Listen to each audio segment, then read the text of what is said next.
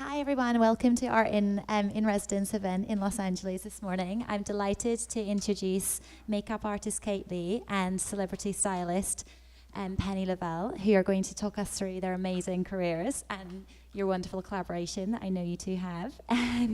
You've, as mentioned, you've kind of both got incredible resumes. Can you tell me a little bit about your first break into the industry, respective industries?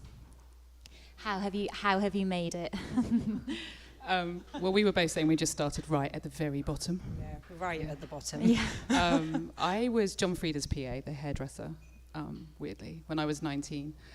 And I started there, and we was a really small office, and I did PR, and then I moved into fashion PR, and then I assisted people for a number of years, many years in London. And then I moved to New York, and then I met Keira Knightley. And I styled her for a little while, and then I moved to LA to do more of what I do now, in a nutshell. In a nutshell. Yeah. And what about you? Well, I was just one of those annoying kids that knew what they wanted to do from very early on. So my family tried to deter me several times and push me into, being an optician or a hairdresser. Something vocational and sensible. Yeah. Something that, get yourself a trade, love. But I had my sights set, so I spent 5 years in school. I studied to be an esthetician first, and then I moved to London, and I studied at the London College of Fashion, which is where I met my dear friend Paul.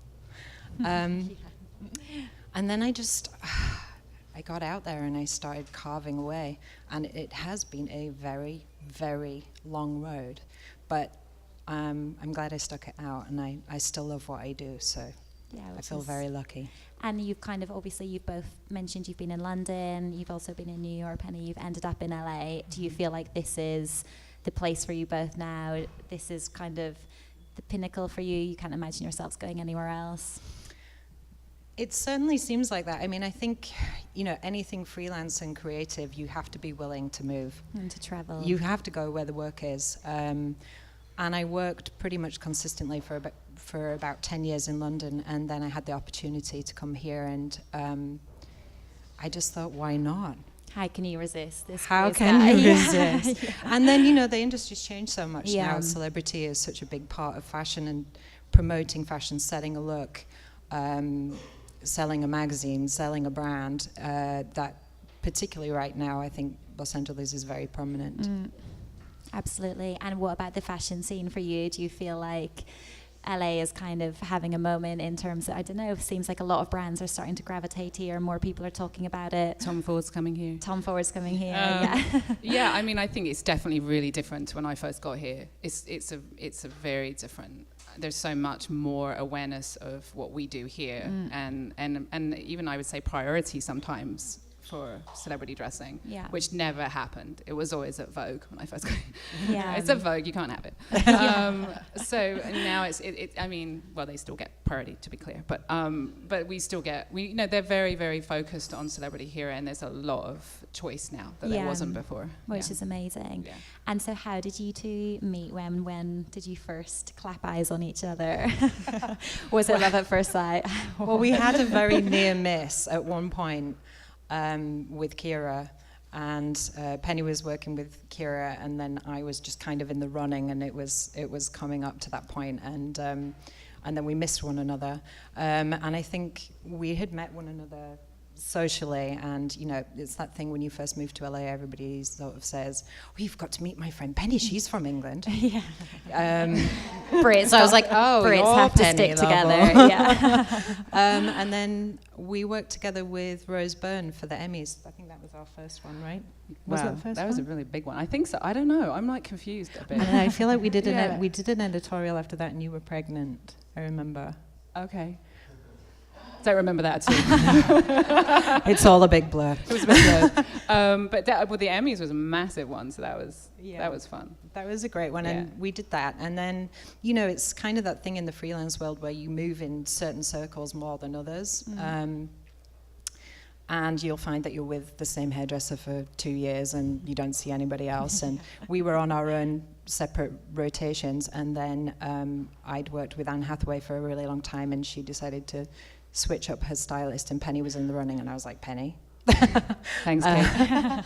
And then Penny came on board, and so we're lucky we get to spend a lot more time together now. Yeah, we get to travel together, which is really fun. Yeah. Really nice. And in terms of kind of your collaboration, how does it work ahead of an event or a particular job? Are you kind of backward and forth on references? Are you like WhatsApping images about what you like? Or, are you thinking, we're going to use a Valentino dress, and then you start thinking about the makeup? Or what is the kind of thinking behind each look? I mean, we usually, when we settle on a dress, I'll send Kate a picture. And I mean, with someone like Kate, I don't really need to say anything else. I just send her the dress.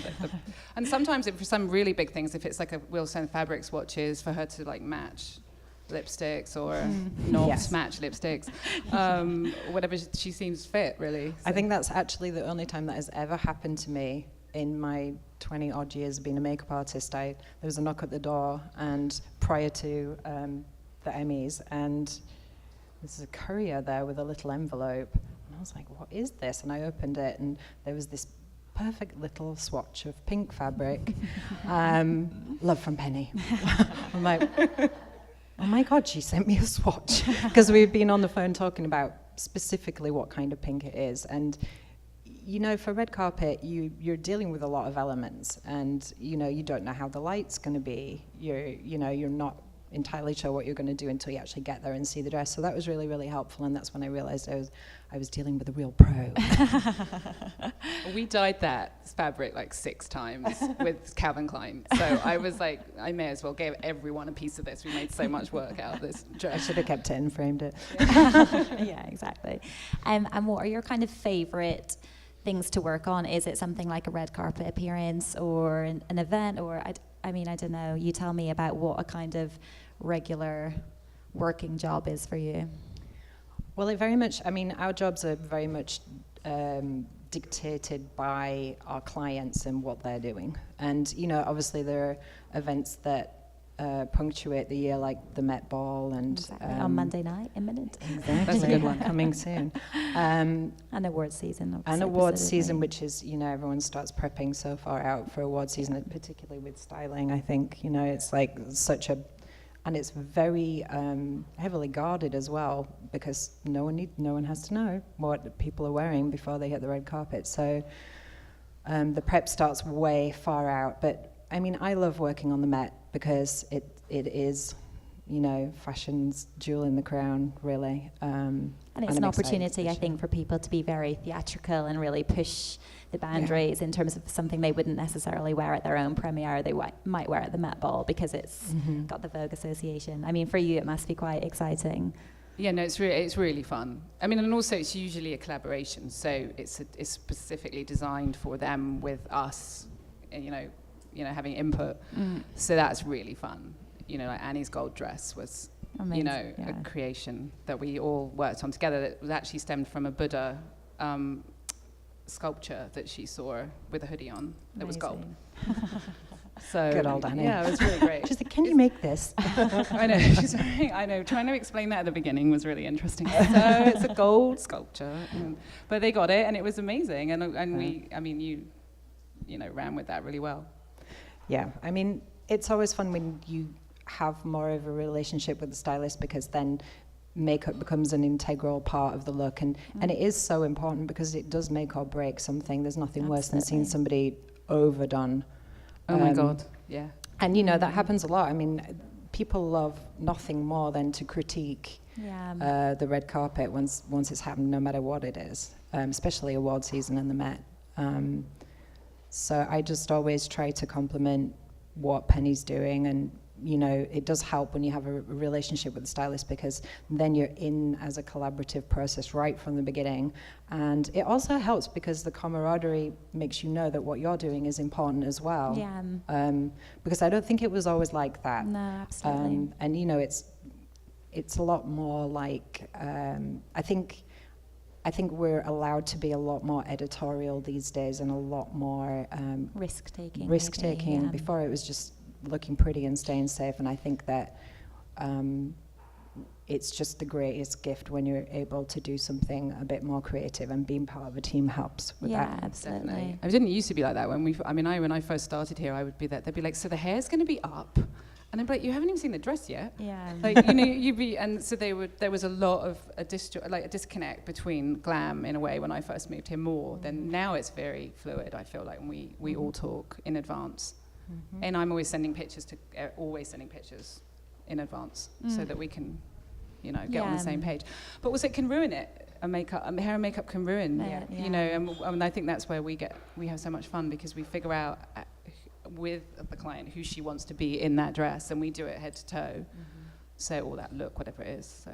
Yeah, because I think sometimes as well, everyone gets very excited about a premiere or a red carpet, and they're like, I'm going to do this. And then they show up and they're just willing to do that no matter whether it works or not, and you can always tell, So I think, it's that a good collaborative effort is knowing when to put your ego on the shelf and doing the right thing for the outfit as a whole, Yeah, I was going to say, have you ever had to talk someone off off an idea that they're... I had a most beautiful dress ever. It was so beautiful, but it was all about this. It was all this, and everything else was kind of simple, but and then this was no one that we're talking about.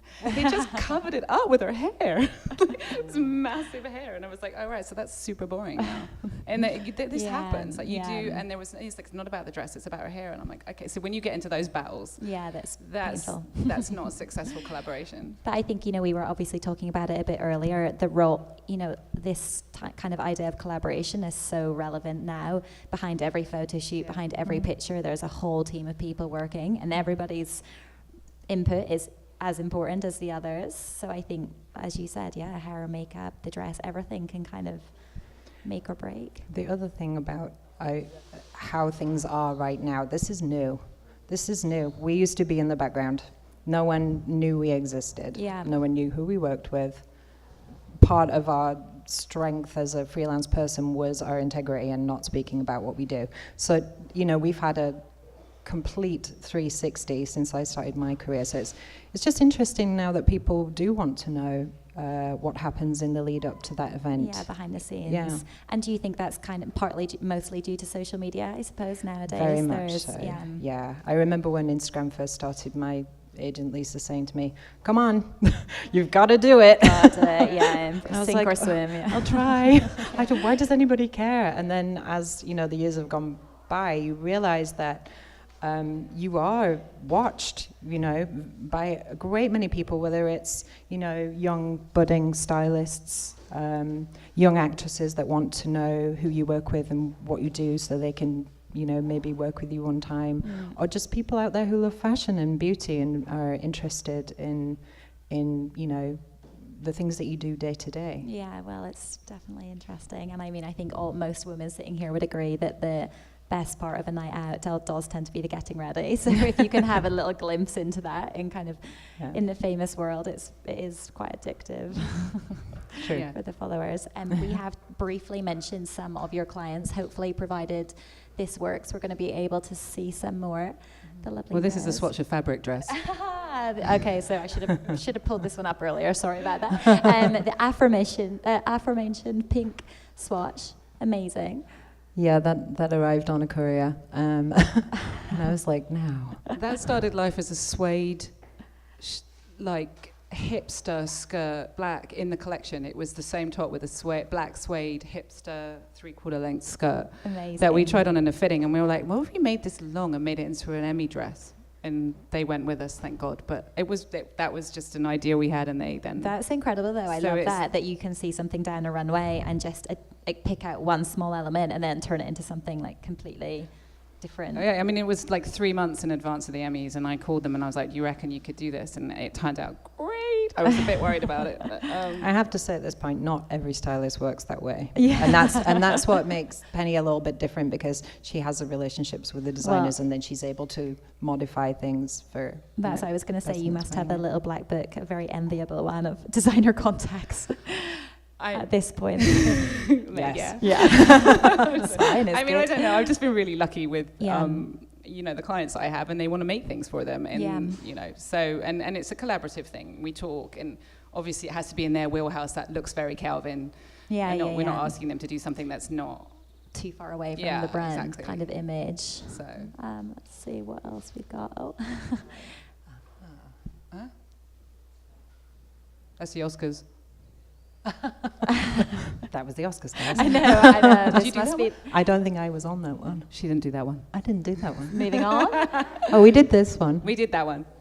This That's was C Magazine. C Magazine, and we were with a really old friend of mine, David Sliper, who shot this picture, who I met when I was still at college, and we did our first beauty shoots together. So it was really nice to work with him again. Yeah. That's Michael Kors. Yeah. That was a dress that we put a skirt over the top of. It wasn't actually a thing. Yeah, it was all the spring thing. It was she's so beautiful. I She know. looks You've like worked with spring. you've worked with Rose Those now for eyebrows. a long time. Sorry? You have worked together now for a long time. About 9 years. Yeah. Yeah. So That must be such a nice feeling, just to kind of have that. I mean, it is Trust. lovely with Rose because it's super short cut. I know what she likes. I know what she doesn't like, more importantly. Yeah. And, it's really very fun. I mean, we can do 10 looks in one fitting. Yeah. She just kind of sits down and lets it happen. She does. She's really trusting. It's quite amazing, actually. Yeah. I can see how she's a good actress from that. Mm-hmm. Great actress. Really nice. And then Annie. Oh, yeah. The This red. was one of those collaborative This is another efforts. And I actually was lucky enough to go to the fitting for this one, and I stood with Annie and Penny and the designer from Calvin Klein, Francisco, whilst they literally just hacked bits off the dress. It had sleeves, it had, it had all kinds of extra bits on it, and I just stood there and watched in horror as they sliced bits off it. That is actually the bodice that was under. That was the bustier that was under the top. There was a whole top on top of that. Oh, really? That they just cut off in the fitting. Yeah, that was fun. So. And as well as obviously the dress, or not the dress, if they're wearing something else. I mean, accessories are hugely important as well. That can kind of make or break an outfit as well. I mean, I think that they enhance it. I'm really crazy about accessories. I can spend as much time looking for accessories as I do more sometimes, because it's a small thing. You can't actually see in these pictures, but they're really dark red. The really shoes and the nice. clutch, they're a really dark. And those earrings were just the one. I don't know. We put them on in the fitting. Do you remember them? Yeah. And Some just of with them were her short hair and everything, it's amazing. And that lip, Kate. Yeah, I was kind of, I'm always, when I see a red dress, I'm always like, we're not doing a red lip. I'm like, no matchy-matchy in this establishment. So I kind of went for, that was an interesting story actually. I went for kind of this sort of nudish, kind of brown shade, early 90s, and then I left my assistant whilst I went off to get Rosie Huntington-Whiteley ready. And when she walked out on the carpet, I was like, that's not the lipstick. And so she'd had a moment of deciding to change her mind and strong-armed my assistant into changing a lip color. But luckily, it worked out well. Yeah, for sure. No, definitely. What else? Well, we I didn't do that this one. Fast forward. Moving on. We did this one. That was the Oscars. Oh yeah, that was a winner. That was when she was presenting. Oh, there was a lot of outfit That was- changes that night, was there not? Sorry? Was there a lot of outfit changes that There night? was this one and another one Yeah. afterwards. Yeah. This is Gucci. And they custom made this for her. This had sleeves, actually. Favorite thing to do: whack I the know, I sleeves can off. see. I can see what your thing is. It's taking Don't bother sleeves putting a off. sleeve on anything for me. I'll just take it Yeah. off. This was head to toe Gucci, and it was the first time she'd been out in a while, Yeah. quite a while. So this was. Well, we did have a period where we felt like the Oscars were never ending with Annie, because she presented the year before, she won everything, and it just kind of, I'd been underground at the Kodak Theatre for a week and a half, and I was just in Oscar frenzy, and so after that, it was kind of she was looking for something new and a new way of presenting herself, and she had a lot of responsibility that day. So it was nice for us because there were so many changes, and so I was there all day. So she did the red carpet initially, and then, there's so many things that happen during the course of that day. It's a really long day. So that's exactly what I was going to ask you. For something like the Oscars, I mean, what time do you start getting ready for the Oscars? Like, these are silly questions. I would just want to know the answer to them. Like, what time? 10? Yeah, I think it was 10? mid-morning, because we always spend a little more time, just because, you know, there's a lot of tension and nerves and things that are happening. You have to have enough time to kind of back your way out of anything that might occur. You know. But things like nails and stuff, like normally if you're getting ready for a normal thing, they'll get their nails done at the same time, but you're not going to risk it on that. You know, they need to be dry before they start with it. You know, so it's a good 4 hours. Also, a lot of artists that come, you know, particularly the nail people, they come early because they have like 6 or 7 people in one day. And then one day. And sometimes I can have, you know, 2 or 3 during the course of the days. But that particular day, we were together all day. And I think when she left us at the end, it was like 1 o'clock in the morning when she went to the governor's ball. So it was a long day. Yeah, we were at her house at like midnight. Yeah. Yeah. Watching on the telly. But yeah, you've obviously said you kind of spend nearly most of the day with these clients. You must almost be their confidant in many ways, because it's a very nerve-wracking experience. It's, you know, you're about to put yourself out on a platform. Do you find that you often take on that role of kind of, I don't know, soothing? You can't help but do that. Yeah. And, you know, I've been working with Annie for almost a decade, so you can't help but develop these close friendships, and you travel endlessly together, and, you know, you wake up at 5 o'clock in the morning to do breakfast television, and then your last thing is at 11 o'clock at night. And, you know, actors are extraordinary people. They're incredibly interesting, intense, and intelligent people, and there's, you know, a lot that goes with them. So you're in the ride, and you grow to care very much about your clients, you know, and be very proud when they win. Yeah, it's amazing. I mean, what they wear is, you know, their second skin. You know, we always say it's their armor. You know, you have to get inside their head to like figure out what it is they want to wear and how they want to be presented. And somebody said, I think it was Ashton Kutcher said the other day, he made a speech about his stylist, and he said, there's the person you are and the person you want people to see you as. Yeah. And like when those two things meet is when you've done it right. For me, my job. Yeah. And so that's what we, you know, and you have to get to know them and get inside their head in order to do that, because you can't at a certain point shouldn't have to explain to you what they're looking for. Right. You should just be because able to present you have the to options.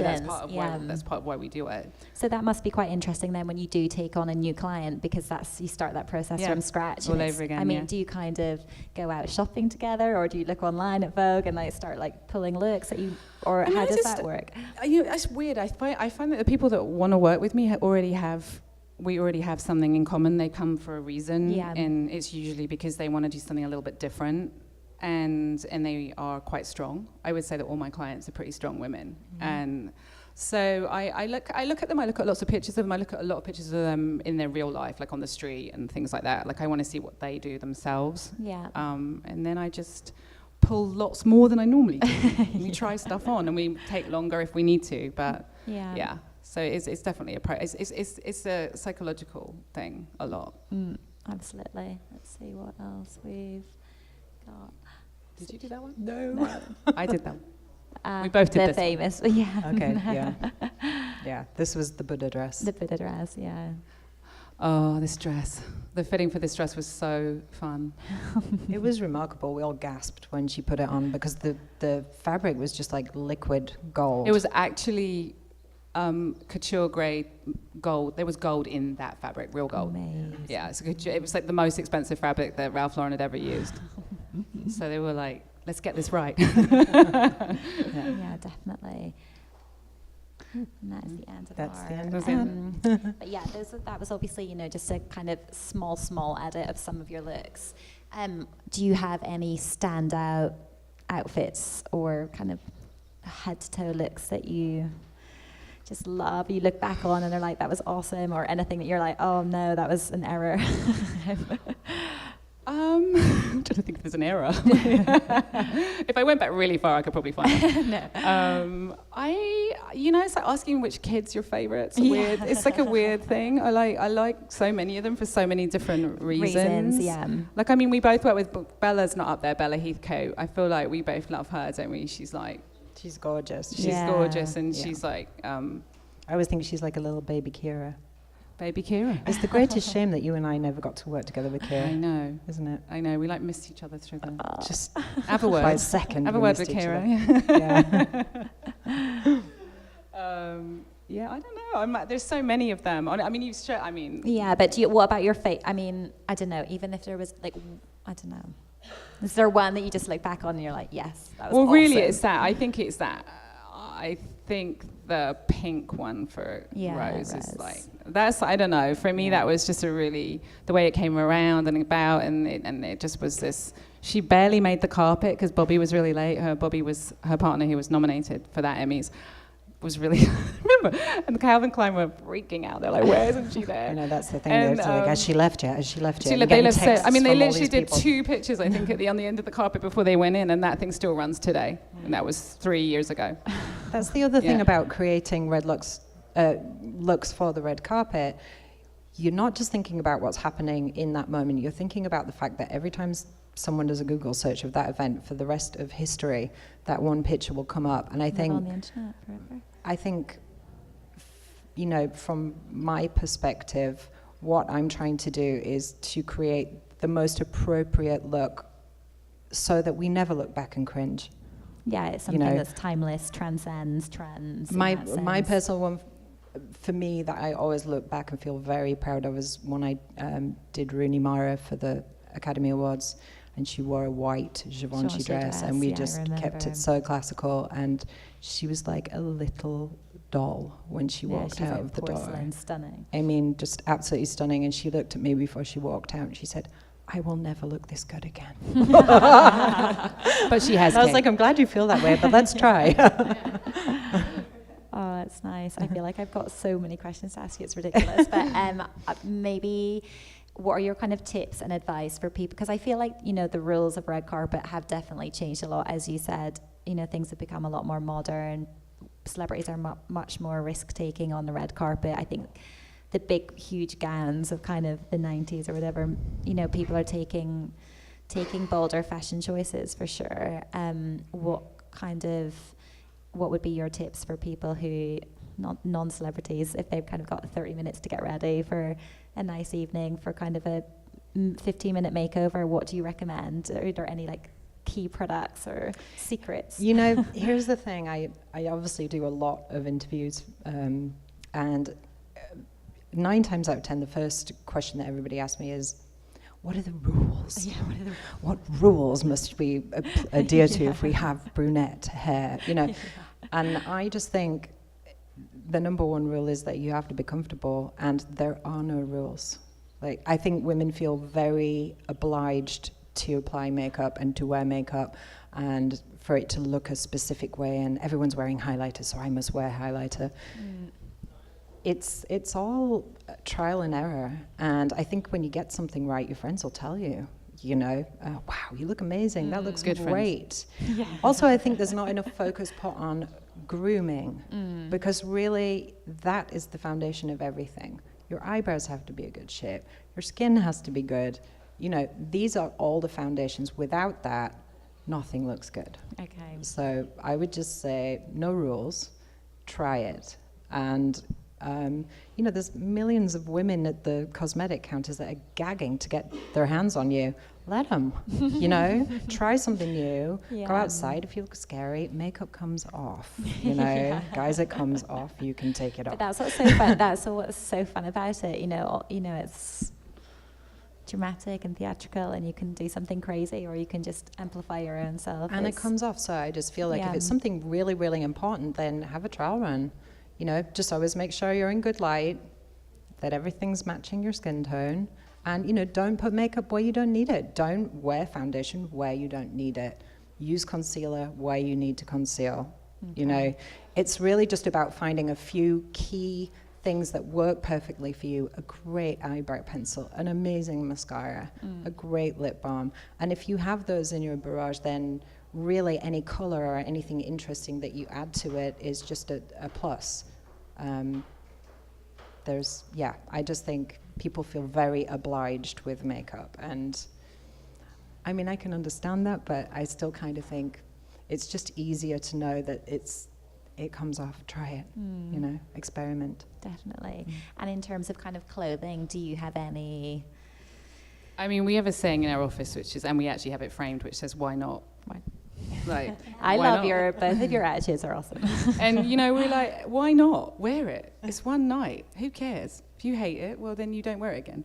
But I would say, like, be brave. Like, Yeah. that, I mean, I think that's what I do with all the clients. It's like, be brave. Like, who are you? Who do you want to be? Be that.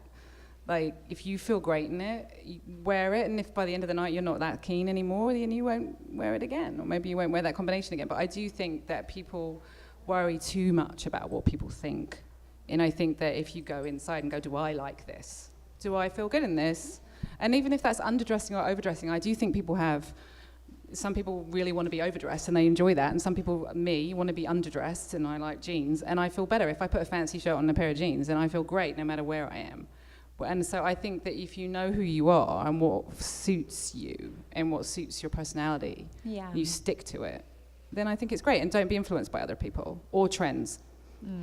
Like, to take a bit of the trend, but take the colour, take the shape, but you don't have to follow any rules. I'm with you on that. I think a vast amount of people don't think about what they're going to wear for something because they're, you know, we're in the fashion industry, so we do think about this stuff. But I think, you know, for most people, they have their utilitarian outfit that they wear every day. Yeah. And so then when a big event comes, they're like, oh my God. And I mean, Penny has talked me off the ledge many a time prior to my wedding. I mean, she's done my makeup with me over the phone. She's like, so don't put any shine on, because I'm like getting my photo taken and I'm like, I don't know how to do this. And she's having my picture taken, Kate. Where do I need to put my powder? Yeah. I mean, we've done this over the phone. I do. And your wedding, I talked to you, yeah. But that, you know, that was a strange thing for me because I had never thought about myself in the way that I think about my clients ever, and I was deeply uncomfortable with it, I have to say. But they almost put you in their shoes for. I had a good little staff, moment. so you know, half the battle was employed. won. My daughter was employed. Yeah, she was a bridesmaid. Yeah. Oh. Unofficial flower girl. She was totally into That's it. so sweet. I love that. Oh, thank you so much, guys. That was awesome. Does anyone have any questions that they would like to ask? We don't Kate bite. or Penny? Yeah, please do. We've established there's no rules. Yes. What are some, I know you're not talking about rules, but what are some trends that you guys would pick right now to give advice to all of us? I'm just gonna repeat your question just for the purposes of our filming. That obviously, yeah, you've talked about the fact it's not about trends, but what kind of current things would you recommend? Like, have you seen that you like that you think? Well, I'm going to give you one, which is your big earrings. Yeah, I mean, statement earrings is unavoidable. My assistant Charlotte, who's over there, is not wearing her big earrings today, but she wears them all. I love this. You can put anything on with those earrings and you look fantastic. Mm-hmm. So I'm going to go with that. Yeah, and I think it's just a really quick pick-me-up, isn't yeah. it? And like, doesn't matter what and size the color, or what else you're yeah. wearing. Like, it's very easy for everyone, Mm-hmm. and that's just quite fun. I've noticed like big hoops as well, Yeah. like a lot of big hoops, big earring, big colourful earrings, like the accessories, a lot bolder accessories than we've been used to. Yeah. And yeah, then you can put those with anything you already have and make it look instantly much more modern, I think. I guess a trend, but not a trend, is I just encourage people to go out and try new formulations of products. So, for example, if you've tried a cream blush before and you're like, it doesn't work for me, and you're still kind of repeating that mantra, you know, 3 years later, go try it again, because the formulations of products are changing constantly, and the cosmetic market is so aggressive, and they want you to try their products. You know, in terms of trends, I've seen lots of broad strokes of color and maybe not where you would expect them to be. If you look at the collections last season, there was so much color there, and I love seeing that. I feel like we as women and men, I guess, get stuck in a rut sometimes with our makeup. So I think, you know, seasonally, maybe just go out there and check out a new eyebrow pencil, a new mascara. Cosmetic companies are like fashion companies. They bring out a new collection probably 4 times a year, limited edition. So you can usually look to that to see what the trends are, and then you'll take what you like and you'll leave what you don't. But I just feel that sometimes the women in the cosmetic stores can be very intimidating. Don't be intimidated. They're makeup geeks.